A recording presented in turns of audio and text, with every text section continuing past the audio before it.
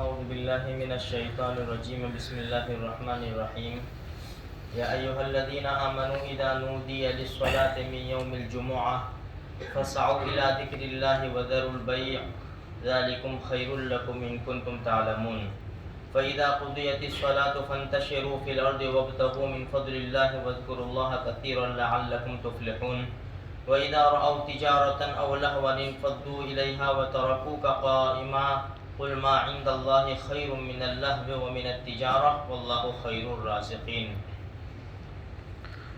اے ایمان والو، جب تم کو پکارا جائے نماز کے لیے جمعہ کے دن تو سعی کرو، کوشش کرو اللہ کے ذکر کی طرف اور خرید و فروخت چھوڑ دو، یہ تمہارے لیے بہتر ہے اگر تم جانتے ہو۔ بس جب کہ نماز کو پوری کر چکو تو پھیل جاؤ زمین میں اور اللہ کا فضل تلاش کرو، اللہ کو بہت یاد کرو، شاید کہ تم کامیاب ہو جاؤ۔ جب دیکھا انہوں نے تجارتی قافلے کو تو چھوڑ دیا، آپ تو دوڑ پڑے اس کی طرف اور چھوڑ دیا آپ کو کھڑا ہوا۔ کہہ دیجئے جو اللہ کے پاس بہتر ہے لہو سے اور تجارت سے، اللہ بہترین رازق ہے۔ یہ سورہ جمعہ ہے اور اس میں 2 رکوع ہے۔ اخیری رکوع میں جمعہ کی نماز کے بارے میں کہا گیا ہے۔ سب سے پہلے تو یہ سمجھے کہ جمعہ جو ہے وہ تمام دنوں کا سردار ہے۔ ہفتے کے 7 دن ہیں، تمام دنوں کا سردار جمعہ ہے۔ اللہ پاک نے جمعہ کو بڑی فضیلت دی ہے۔ آدم علیہ نبینا علیہ الصلوۃ والتسلیم کو جمعہ کے دن ہی پیدا فرمایا، آدم علیہ الصلوۃ والسلام کا پتلا بنایا اور اس کو پھر ویسے ہی چھوڑ دیا۔ وہ کھن کھناتی مٹی جیسے وہ مٹکا ہوتا ہے اسے مارتے کھن کھن آواز ہوتا ہے، چھوڑ دیا اس کو۔ پھر جمعہ کے دن عصر کی نماز کے بعد اس کے اندر روح پھونکی تو آدم علیہ الصلوۃ والسلام کو جمعہ کے دن بنایا۔ بہت سے واقعات جمعہ کے دن ہوئے ہوں گے اور قیامت بھی جمعہ کے دن واقع ہوگی، اس لیے جمعہ کے دن کی فضیلت بہت بڑی ہے اور اس میں اللہ تبارک و تعالیٰ نے ایک نماز رکھی ہے جس کو جمعہ کی نماز کہتے ہیں۔ اس کا بہت بڑا مرتبہ ہے جمعہ کی نماز کا میرے بھائیوں، اس لیے حد الامکان مسلمان کوشش کرتا ہے کہ جمعہ کی نماز پڑھے۔ باقی نمازیں مسلمان چھوڑ دیتا ہے، چھوڑنی نہیں چاہیے، لیکن جمعہ کی نماز پڑھتا ہے۔ اب جمعہ کی نماز جب ہم پڑھتے ہیں تو تھوڑی پابندی کے ساتھ پڑھے میرے بھائیوں۔ ویسے تو ساری نمازیں پابندی کے ساتھ پڑھنی ہیں، لیکن جمعہ کی نماز کی خاص پابندی کرے۔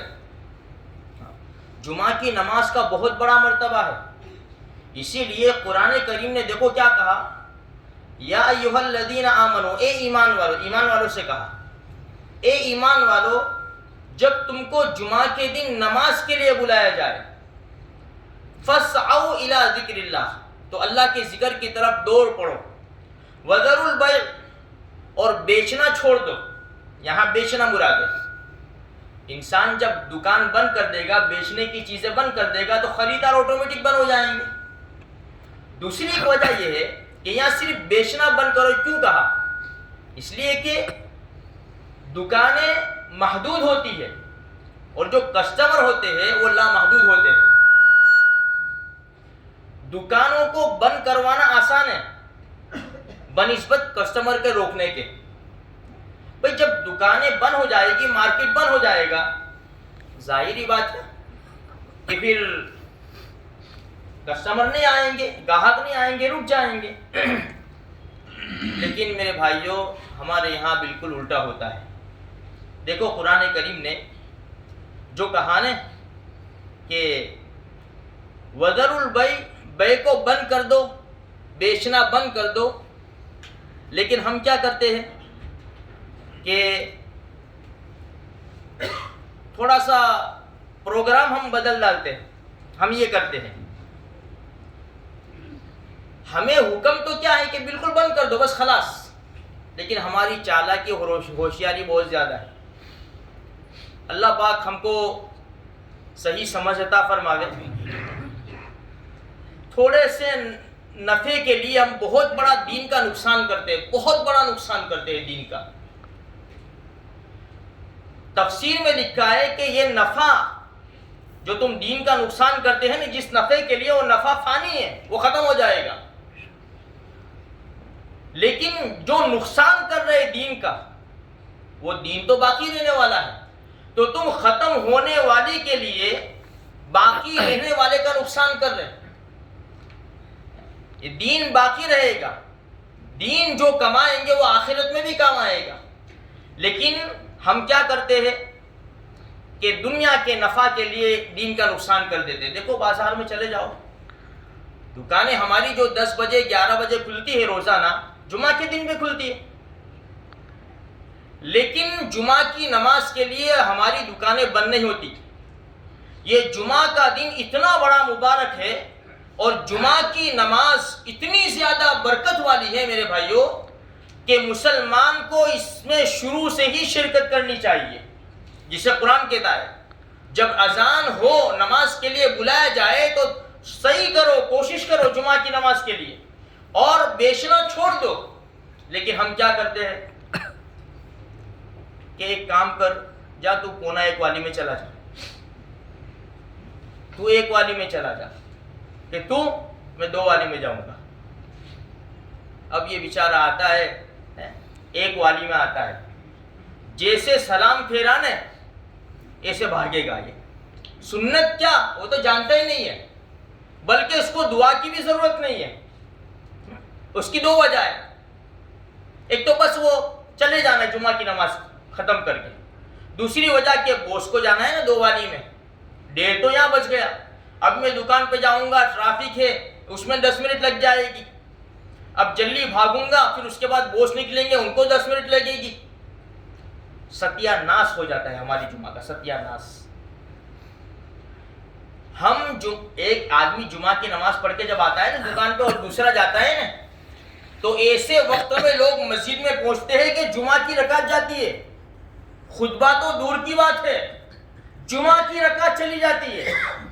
حدیث میں آتا ہے، مشکاہ شریف کی روایت ہے کہ جب جمعہ کا دن ہوتا ہے تو فرشتے دروازے کے اوپر رجسٹر لے کر کھڑے ہو جاتے ہیں۔ سنو میرے نوجوان دوستو، سنو، ہم جمعہ میں بہت دیر سے آتے ہیں، اور آتے بھی ہیں تو وضو خانے کے اوپر اور ادھر ادھر باتیں کرتے ہیں، ادھر بیٹھتے ادھر بیٹھتے، ذرا راستے میں آئے لاری ملی تو 2-4 بٹا کے دبا دیے، چٹپٹی دبا دی، جو ابھی جمعہ کے لیے آئے۔ ہمارا حال اتنا خراب ہو چکا ہے، ہمیں جمعہ کا بھی اہتمام نہیں ہے۔ حدیث میں آتا ہے کہ فرشتے کھڑے رہتے ہیں اور جو سب سے پہلے آتا ہے اس کا ثواب لکھتے ہیں کہ اس نے اللہ کے نام کے اوپر اونٹ ذبح کیا، اتنا ثواب۔ پھر اس کے بعد جو آنے والے ہیں، گائے ذبح کیا، بکری ذبح کی، مرغی ذبح کی، پھر انڈا اللہ کے راستے میں دیا، اتنا ثواب۔ جب امام منبر کے اوپر بیٹھ جاتا ہے خطبے کے لیے تو وہ فرشتے رجسٹر بند کر کے خطبہ سننے کے لیے بیٹھ جاتے ہیں۔ اب اگر ہم آئیں گے تو جمعہ میں ہمارا نام نہیں لکھا جائے گا اور وہاں اوپر نہیں پہنچے گا ہمارا نام۔ ہم کہیں گے میں نے ایک جمعہ نہیں چھوڑی مولوی صاحب، ایک جمعہ کہاں ہے نام؟ رجسٹر میں نام کہاں ہے؟ کب آتے تھے آپ؟ کہ جب دوسرا خطبہ چلتا تھا، جب آ جاتا تھا میں تو بس دوسرے خطبے کے وقت ضرور آ جاتا، جماعت کھڑی ہو جاتی جب آ جاتا۔ یہ جمعہ ہے ہمارا؟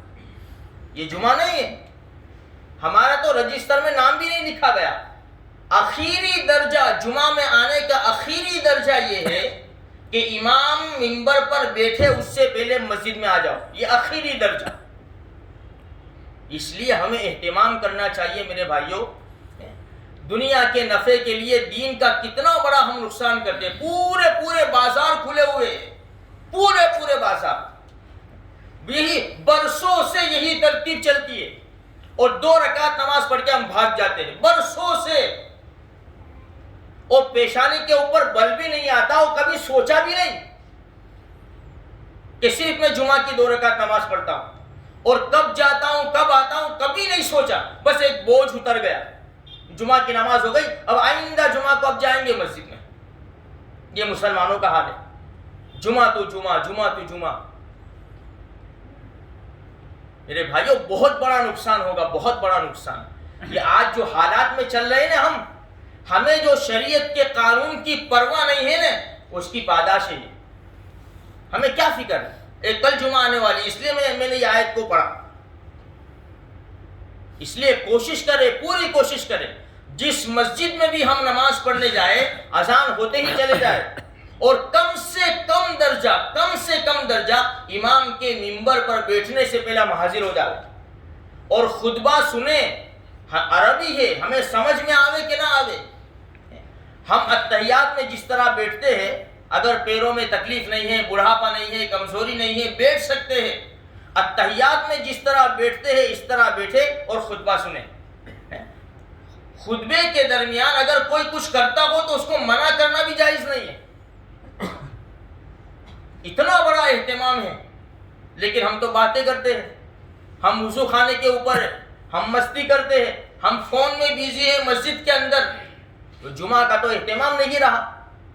اس لیے میرے بھائیوں اس کی پوری کوشش کرنی چاہیے کہ جمعہ ٹھیک سے اچھی طرح ادا ہو، اور سنت نوافل ہم اچھی طرح پڑھے جمعہ کے دن۔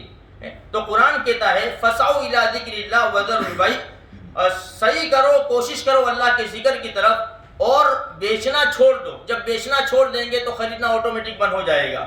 ذَلِكُمْ خَيْرٌ لَكُمْ إِن كُنتُمْ تَعْلَمُونَ۔ دیکھو کہتا کیا ہے قرآن، یہ بہتر ہے تمہارے لیے اگر تم جانتے ہو، یہ بہتر ہے، اور اگر ایسا نہیں کیا تو بڑے خسارے اور نقصان میں ہم ہو گئے۔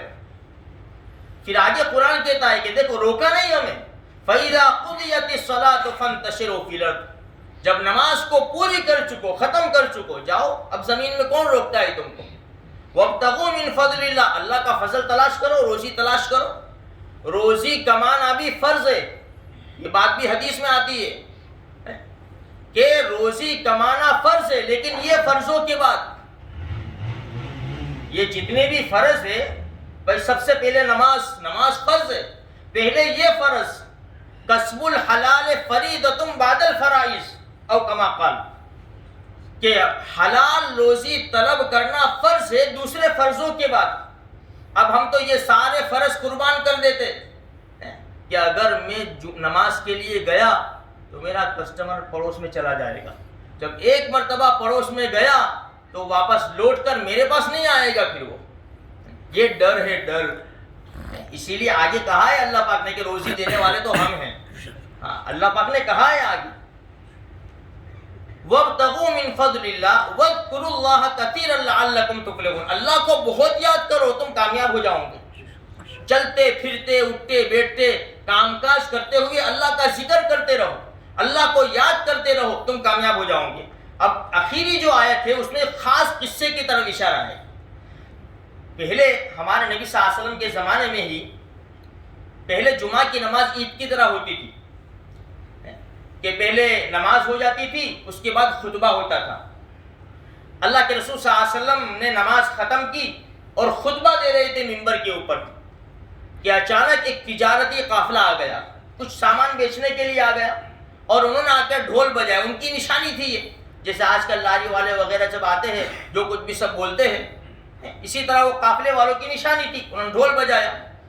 صحابہ کرام نے سوچا کہ اب جمعہ کی نماز تو ہو ہی گئی، اور اللہ کے رسول خطبہ دے رہے، تو سارے صحابہ نکل گئے تجارت کے لیے کہ چلو کچھ بیچے کچھ خریدے۔ صرف 12 صحابہ رہ گئے تھے اللہ کے رسول صلی اللہ علیہ وسلم کے پاس۔ اولاہم انفضوا الیہ وترکوک قائما، نبی جی وہ آپ کو چھوڑ کر چلے گئے، کھڑا ہوا، آپ تو ابھی ممبر کے اوپر کھڑے تھے اور یہ سب کے سب چلے گئے۔ حدیث میں آتا ہے اگر سارے صحابہ نکل جاتے نا، سارے صحابہ، یہ 12 بھی نہ بیٹھتے نا، سارے صحابہ نکل جاتے اور اللہ کے رسول صلی اللہ علیہ وسلم اکیلے رہ جاتے تو مدینہ کی گلیوں میں آگ لگ جاتی، مدینہ جل جاتا۔ اندازہ لگاؤ اللہ کے رسول کو چھوڑنے کا اور اللہ کے رسول صلی اللہ علیہ وسلم کے احکام کو چھوڑنے کا کیا نتیجہ ہے۔ آج ہم نے تو چھوڑ رکھا ہے، اپنے نبی کی باتیں نام صرف زبان کے اوپر ہے، ہمارے دل نبی کی محبت سے خالی ہے، ہمارے طور طریقے، ہمارا سماج، ہمارا معاشرہ، ہماری تجارت، ساری چیزیں، ہماری شادی بیاہ نبی کے طریقے سے خالی ہے۔ صرف زبان کے اوپر نام ہمارا اپنے نبی کا ہے بس، صلی اللہ علیہ وسلم۔ میرے بھائیوں، تو یہ صحابہ نکل گئے، 12 صحابی رضی اللہ تعالیٰ عنہ رہ گئے، تو پھر یہ جمعہ کی نماز کو بدل دیا گیا۔ اب کیا ہوتا ہے؟ پہلے خطبہ ہوتا ہے، پھر نماز ہوتی ہے، تاکہ جب تک نماز نہ ہو جائے لوگ باہر نہ نکلے۔ آج ہم کیا، خطبہ تو کہاں اپنے کو سمجھ میں آتا ہے، کچھ سمجھ میں نہیں آتا۔ خطبہ سمجھ میں آتا ہے عربی زبان میں، اپنے کو سمجھ میں نہیں آتا تو جلدی جا کے بھی کریں گے کیا؟ تو پھر نماز میں بھی قرآن پڑھا جاتا ہے، وہ بھی عربی زبان میں ہے۔ یہ شیطان کا دھوکہ ہے میرے بھائیوں، ہمیں ایسا نہیں کرنا چاہیے۔ تو قرآن کہتا ہے قُلْ مَا عِنْدَ اللَّهِ خَيْرٌ مِّنَ اللَّهِ وَمِنَ التِّجَارَةِ، بھائی تم جس کی طرف گئے تھے، جو اللہ کے پاس ہے وہ بہتر ہے، اس سے تو وہ بہتر ہے تجارت سے تو۔ وَاللَّهُ خَيْرُ الرَّازِقِينَ، اللہ بہترین رازق ہے، رزق دینے والا سب سے بہتر وہی ہے، اللہ ہی روزی دیتا ہے ہمیں۔ اللہ یبسط الرزق لمن یشاء ویقدر، اللہ پھیلا دیتا ہے روزی کو جس کے لیے چاہتا ہے۔ اس لیے ہم مسلمان ہیں، اللہ کے رسول صلی اللہ علیہ وسلم کا اتباع ہمارے لیے ضروری ہے، اور شریعت کے احکام کے اوپر چلنا ہمارے لیے بے حد ضروری ہے میرے بھائیوں۔ اس لیے ہمیں خاص جمعہ کا اہتمام کرنا چاہیے۔ جسے آئندہ کل جمعہ ہے، جس مسجد میں ہم نماز پڑھیں اس مسجد میں اذان ہوتے ہی ہم چلے جائیں۔ جیسا ہماری مسجد میں پہلے بیان ہوتا ہے، 12:30 بجے تقریباً بیان شروع ہو جاتا ہے، اس کے بعد اذان ہوتی ہے، تو جلدی آنے کی کوشش کریں تاکہ اللہ اور اس کے رسول صلی اللہ علیہ وسلم کی میٹھی میٹھی باتیں سنیں، ہم اس کے اوپر عمل کرنے والے بن جاویں۔ تو جس مسجد میں بھی ہم جاویں تو وہاں جلدی جانے کا اہتمام کریں اور خاص دعائیں کریں۔ اللہ کے رسول صلی اللہ علیہ وسلم فرمایا جمعہ کے دن ایک گھڑی ایسی ہوتی ہے کہ اللہ تبارک و تعالیٰ اس گھڑی میں دعائیں قبول فرماتا ہے۔ علماء نے فرمایا وہ گھڑی الگ الگ ٹائم بتایا ہے۔ کسی نے کہا جب امام منبر کے اوپر بیٹھے اس وقت وہ گھڑی ہوتی ہے، کسی نے کہا 2 خطبوں کے درمیان جب بیٹھتا ہے امام اس وقت وہ گھڑی ہوتی ہے۔ اب ایک مسئلہ یاد رکھے کہ دیکھو، جمعہ کے دن 2 خطبوں کے بیچ میں جب پہلا خطبہ ختم ہوتا ہے اور امام بیٹھتا ہے تھوڑی دیر کے لیے، اس وقت ہم دعا کریں، لیکن وہ دعا کیسے کریں؟ ہاتھ اٹھا کر نہیں، ہم ہاتھ اٹھا کر دعا نہیں کر سکتے یہ 2 خطبے کے بیچ میں، زبان سے بھی نہیں بلکہ دل ہی دل میں دعا کریں گے، دل کے اندر ہم دعا کریں گے بغیر ہاتھ اٹھائے اور بغیر زبان سے الفاظ ادا کیے۔ یہ دعا کا طریقہ ہے۔ اور کسی نے کہا جب امام دوسرا خطبہ شروع کر کے منبر سے اتر کر مصلی پر آتا ہے، وہ جو گھڑی ہے وہ قبولیت کی گھڑی ہے۔ کسی نے کہا کہ بھئی نماز کے بعد جیسے امام نے سلام پھیرا اور اس کے بعد جو دعا ہوتی ہے وہ قبولیت کی گھڑی ہے۔ الگ الگ کہنے کا مقصد یہ ہے کہ یہ سارے جتنے بھی ساعت بتائی گئی ہے، جتنی بھی گھڑیاں اور ٹائم بتایا گیا، ہم اہتمام کریں اس کا۔